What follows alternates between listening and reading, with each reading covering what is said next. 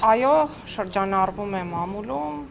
մեդիա դաշտում, որ սահմանադրական կարգը տապալվում է։ Սահմանադրական կարգի տապալումը, որպես քրեորեն հետապնդելի արարք, նախատեսված է Հայաստանի Հանրապետության քրեական օրենսգրքում,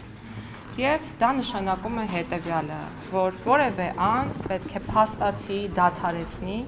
սահմանադրության կոնկրետ հոդվածների գործողությունը։ Իսկ այդ կոնկրետ հոդվածները վերաբերում են հետևյալին. խոսքը Հայաստանի Հանրապետության ինքնիշխանության մասին է,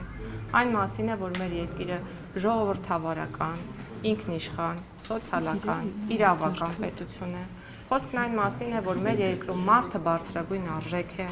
խոսքն այն մասին է, որ մեր երկրում գործում է իշխանությունների տարանջատման սկզբունքը,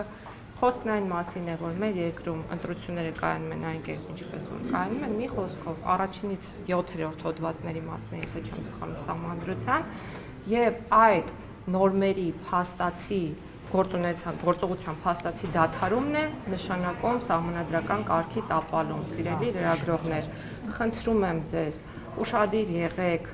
ձեր արտահայտությունների հետ կապված մի հնչեցրեք արտահայտությունները եւ խոսքս միայն լրագրողներին չի վերաբերում, խոսքս նաեւ մասնագիտական հանրությանն է վերաբերում, մի հնչեցրեք արտահայտություններ, որոնք չեն համապատասխանում։ Տիկին նախարար, իրականում գիտեք ինչ են ասում։ Աշակերտները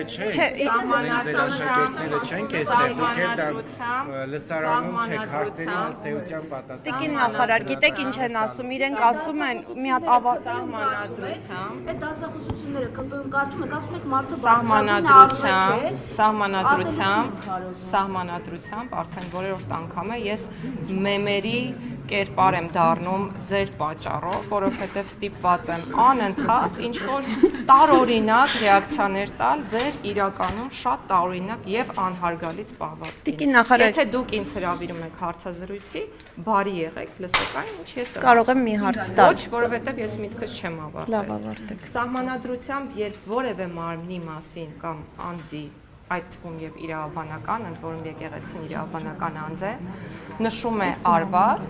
դրա մասին խոսելը երբևէ որևէ պարագայում չի կարող մեկնաբանվել որպես սահմանադրական կարգի տապալում։